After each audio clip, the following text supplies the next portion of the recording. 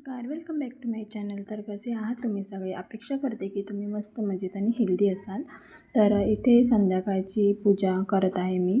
तर इथूनच मी शूट करायला सुरुवात केली आहे संध्याकाळी.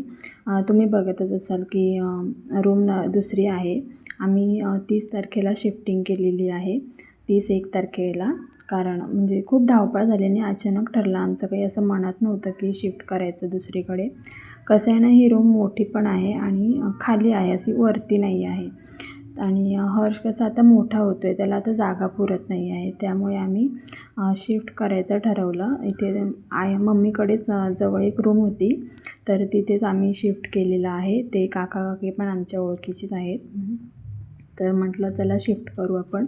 हर्षला पण तेवढीच मोकळी म्हणजे वावरण्यासाठी सुद्धा मोठी जागा आहे आणि छान आहे रूम. आणि मम्मीसुद्धा जवळ आहे, तिचीसुद्धा धावपळ होणार नाही. आणि महत्त्वाचं म्हणजे माझी ज्वेलरी मेकिंगचा कोर्स झालेला आहे, हँडमेड ज्वेलरीचा. तर त्याची जर ऑर्डर आली तर म्हणजे मम्मी हर्षला बघेल.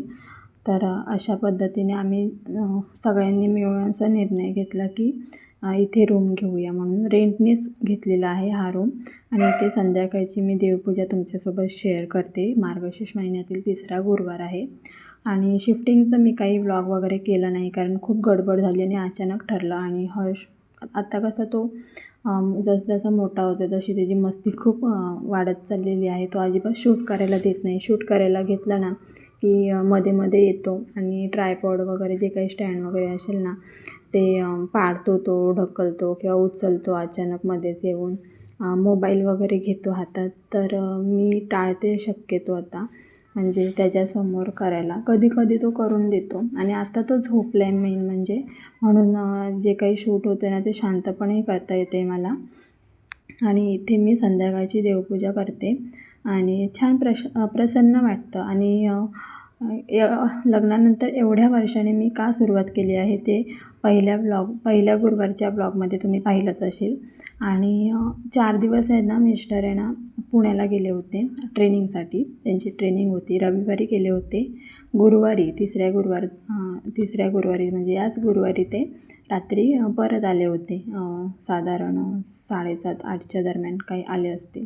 तर इतके दिवस हर्षने इतका गोंधळ घातला आहे ना, अक्षरशः मम्मी पप्पा आणि भाऊसुद्धा बोलतात की हा एवढा मस्ती करत असेल वाटत नव्हता गं. खूप मस्ती करतो आणि अजिबात ऐकत नाही. तर अशा पद्धतीने देवपूजा झालेली आहे. आणि म्हटलं ही गोष्टसुद्धा मी तुमच्यासोबत शेअर करावी. मी छान अशी पूजा मांडलेली आहे आणि खूप छान प्रसन्न वाटतं.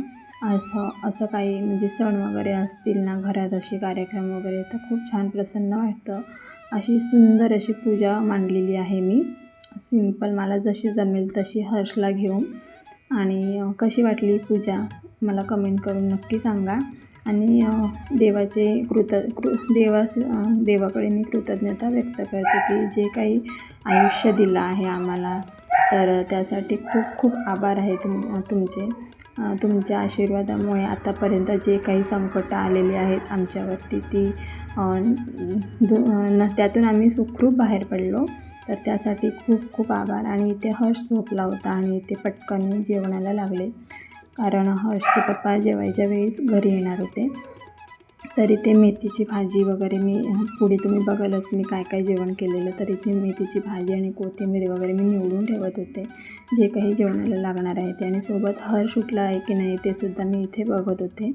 तर आजचा छोटासाच व्लॉग आहे जो मी तुमच्यासोबत शेअर केला आहे. इथे मी चपात्या, वरण, भात, त्यानंतर मेथीची भाजी आणि मिरच्या फ्राय केल्या होत्या आणि शिरा केला होता नैवेद्यासाठी. तर आजचा हा छोटा ब्लॉग तुम्हाला कसा वाटला कमेंट करून नक्की सांगा. आणि प्रयत्न करते की तुमच्यासोबत रोज मी एक छोटा ब्लॉग तरी शेअर करावा. तर हा ब्लॉग कसा वाटला कमेंट करून नक्की सांगा. चॅनलवर नवीन असाल तर चॅनलला सबस्क्राईब करायला विसरू नका. Bye, take care to all.